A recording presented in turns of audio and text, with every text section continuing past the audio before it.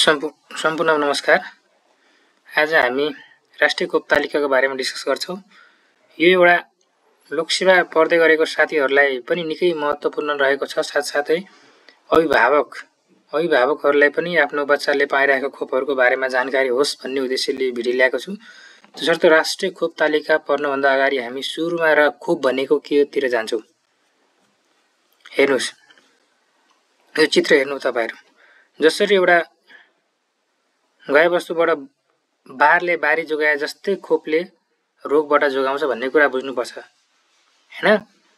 खोप भनेको के बुझ्दाखेरि खोप लगाउनु पहिला नै रोकथाम गर्न दिने, कुनै पनि रोग लाग्नु भन्दा पहिला नै रोकथाम गर्न दिने औषधिजन्य पदार्थलाई हामी खोप भन्छौं। कुनै सुईबाट दिन्छ भने कुनै मुखबाट खुवाइन्छ, हैन? यो सतर्थ भन्न खोजेको के भने कुनै पनि रोग लाग्न नदिने, रोग लाग्नुभन्दा अगाडि नै कुनै एउटा औषधिजन्य पदार्थ हैन दिन्छ, त्यसलाई हामी खोप भन्छौं। हाम्रो शरीरलाई विभिन्न रोगहरूसँग लड्ने शक्ति दिन्छ यसले। अब खोपको परिचय परिसकेपछि हामी अब खोपबाट नेपाल सरकारले यो राष्ट्रिय खोप कार्यक्रम ल्याएपछि पश्चातको निकै अहिले यो रोगहरू बालबालिकाहरूमा लाग्ने निकै जटिलता रोगहरूबाट चाहिँ बस्ने गरेका जस्तै खोपबाट बचाउन सकिने रोगहरू कति प्रकारको छ त। अहिले हाम्रो नानीले जब बच्चाको उमेर समूह, खोप पाउने उमेर समूह भनेको सबैलाई थाहा छ। बच्चा जन्मेदेखि लिएर 15 महिनासम्म उसले कुनै पनि एउटा बालबालिकाले के भन्छ पूर्ण खोप पाउँछन् यो अन्तरालमा। र त्यो पूर्ण खोप पाइराख्दा चाहिँ कस्तो कस्तो रोगबाट चाहिँ बचाउँछन् भन्ने कुरा पनि हामीलाई अलिअलि जानकारी चाहिँ हुनुपर्छ।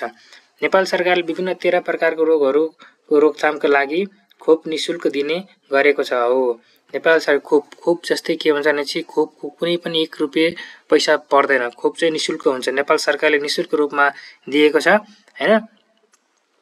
त्यसैले नेपाल सरकारले निशुल्क रूपमा खोप दिएको छ भने बजारमा अन्य रोग विरुद्ध खोपहरू समेत उपलब्ध हुन्छ। जस्तै ठेउला, हाडे जस्ता विरुद्धको खोप बजारमा पनि हुन्छन्, त्यसलाई पनि। तर नेपाल सरकारले बालबालिकाहरूलाई 15 महिना जन्मेकोदेखि लिएर 15 महिनासम्मलाई जति पनि खोप नियमित खोप लाग्छन् त्यो सबै नेपाल सरकारले निशुल्क रूपमा दिएको छ। र त्यसले जस्तै अब निकै जस्तै अब कुन रोगहरूबाट यो खोपले बचाउँछन् भन्ने कुराहरू पनि, जस्तै अब टाइफाइडको कुरा गर्छौं। टाइफाइड पहिला चाहिँ यो थिएन, हैन? तर यो विगत यो नयाँ आएको खोप हो यो टाइफाइड रोग।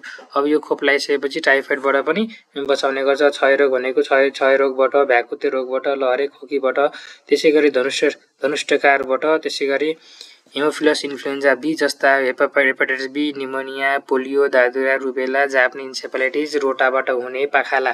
एउटा कुरा सबलाई थाहा छ। एउटा पहिला के हुन्थ्यो भने पाखाला लागेपछि के हुन्छ नि गाउँ सकाउ हुन्थ्यो, हैन? तर यो खोप आइकन के त्यस्तो समस्याहरू केही देखा परेको छैन अहिलेसम्म। तसर्थ हामी अब यो खोप हाम्रो नानीहरूले यो उमेरमा कतिवटा खोप पाउँछन् र कतिवटा रोग विरुद्धको खोप पाउँछन् भन्ने कुराहरू हामीले अहिले हेर्यौं। यो जस्तै यो जति पनि यो 13 वटा छ। अहिले नयाँ आएको चाहिँ एचपीभी छ, हैन? त्यो चाहिँ अहिले समावेश गरिएको छैन, हैन? यो अलि अब अघिल्लो वर्षदेखि मात्रै लागू भएको, हैन? यो नियमितमा अहिलेसम्म हालेको छैन। यो महिनादेखि चाहिँ नियमितमा नै चल्ने चाहिँ कुरा छन् कि।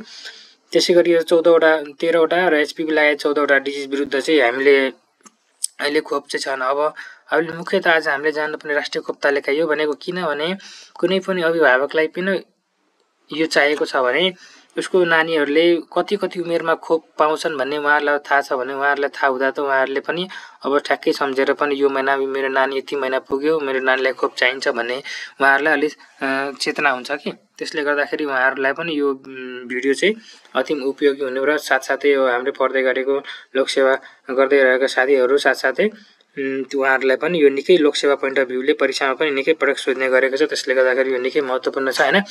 यो अब बच्चा जन्मिने बित्तिकै अब यहाँ हामीले अब जति पनि अब 7 पटक भेट भन्छौँ क्या। एउटा बच्चा चाहिँ खोप लाउनलाई चाहिँ 7 चोटि चाहिँ आउनुपर्छ कि।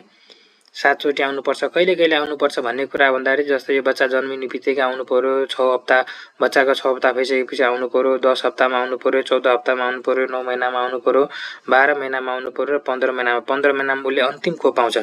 अन्तिम खोप पाइसकेपछि पूर्ण खोप उसले पछि खोप लाउनु परेन। अब जस्तै अब कुरा छ बच्चा जन्मिने बित्तिकै, हैन?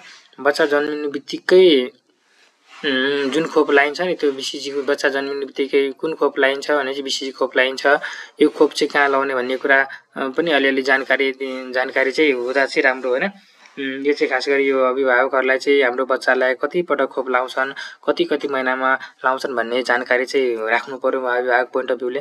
तर अरू निकै साथीहरूलाई लोकसेवा पढ्दै गरेको साथीहरूलाई चाहिँ यो चाहिँ अब कुन रुटमा लाउँछ, कुन साइडमा लाउँछ, खोप कार्यकर्ताहरू साथीहरू उहाँहरूलाई त जान्नु नै हुन्छ होला। तर पनि नयाँ हुनुहुन्छ भने नयाँ साथीहरू हुन्छ भने उहाँहरूलाई चाहिँ कुन खोप कति मात्रा लाइन्छ, कुन रोग विरुद्ध लाइन्छ हैन, यो कुराहरू चाहिँ अलिकति जानकारी हुँदा चाहिँ राम्रो हुन्छ। अब राष्ट्रिय खोप तालिकाको कुरा गर्दाखेरि जन्मिने बित्तिकै कुन BCG खोप लाइन्छ यो भनेको दायाँ पाखुराका माथिल्लो भाग छालाभित्र भने चाहिँ छालाभित्र इन्ट्राडर्मलमा लाइन्छ र यसले के गर्छ भने चाहिँ क्षयरोगबाट बचाउँछ भने चाहिँ हामीले सम्झिनु पर्यो। सबभन्दा पहिला बच्चा जन्मिने बित्तिकै कुन खोप लाग्छ भन्ने कुरा सम्झिनु पर्यो। त्यसपछि बच्चा जन्मेको 6 हप्ता भइसकेपछि बच्चाले चारवटा खोप पाउँछन्। एउटा के हुन्छ DPT, हेपी र पोलियो, त्यसपछि पोलियो, FIPV, PCV, रोटा गरेर जम्मा चारवटा खोप पाउँछन्, जुन कि दुईटा मुखबाट खाने हो भने दुईटा सुईबाट पाउने खोप हो। यो भनेको सुई लाउने स्थान र माध्यम भनेको यो बायाँ तिघ्राको मध्यम बाहिरी भाग भइहाल्यो मासु। त्यसपछि पोलियो भनेको मुखबाट खुवाउने, रोटा पनि मुखबाट खुवाउने हैन। अनि त्यसपछि